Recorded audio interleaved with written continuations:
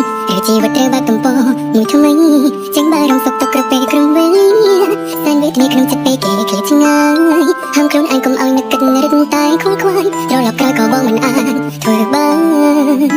លួចជំនាឯងតែទូខ្លួនឯងតើហើយអ្វីទើបចិត្តបងខុសប្លែកពីមុនទន្ទ្រាយ៉ាងនេះពេលជួបគ្នាក៏នៅពិបាកមិនធូរតែចឹងគ្មានពាក្យបាច់នឹងត្រូវនិយាយរកគ្នាចង់បង្ហាញអារម្មណ៍ពេញក្នុងចិត្តបងប្រាប់បងនេះតែវេទនារកពីហាស្ដីមិនរួចពេលឃ្លីគ្នាក៏ពិបាកខូបព្រួយបារម្ភពេលខ្លះយំអត់ត្រង់សង្កឹមចិនដាស្នាមញញឹមបានត្រឹមតែមកពីសោកាតើនេះឬជាស្នេហាចាំផ្ដើមមានក្នុងចិត្តបង